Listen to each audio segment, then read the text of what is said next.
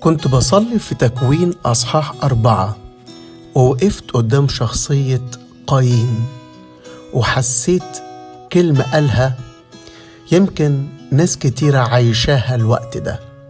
لما قال قايين ذنبي أعظم ممن أحتمل. ناس كتيرة يمكن حاسة بالذنب لأنها مش قادرة ولا عارفة ولا واخدة قرار في حياتها. يمكن الرب كلمك مرة واتنين وتلاتة. الرب كلم قايين وقال له إن أحسنت أفلا رفع، يعني في فرصة تانية ليك. لكن ما سمعش قايين كلام الرب وقتل أخوه هابيل. وكانت النتيجة الرب قال له كلمتين مهمين قوي. قال له الأرض مش هتديلك قوتها مرة تاني، وقال له كمان تكون تائها وهاربا. فرد قايين وقال الكلمة الشهيرة دي ذنبي أعظم من أحتمل.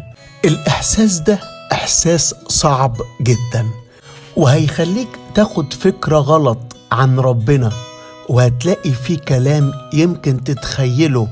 تعالوا نشوف رد قايين وقال إيه. قال له إنك طردتني، فحس إن هو مطرود ومرفوض. وقال له كمان من وجهك أختفي، فحس إن الرب حجب وجهه عنه. وقال له كمان أكون تائها وهاربا، واحد تايه وهارب، مش عارف عايز إيه ولا رايح فين، وبيهرب، وطول حياته بيهرب من إحساس، بيهرب من الناس، بيهرب من نفسه، بيهرب من مواجهة نفسه.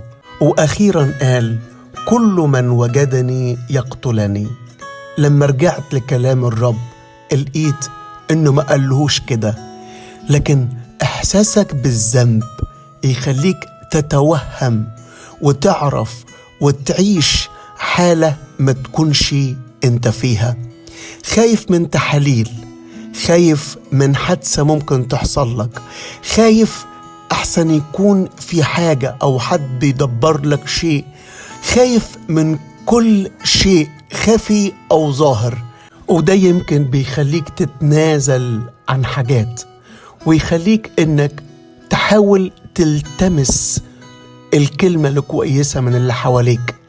يخليك مش حاسس بأمان ولا حاسس بسلام اتجاه أشخاص أو كل من حولك.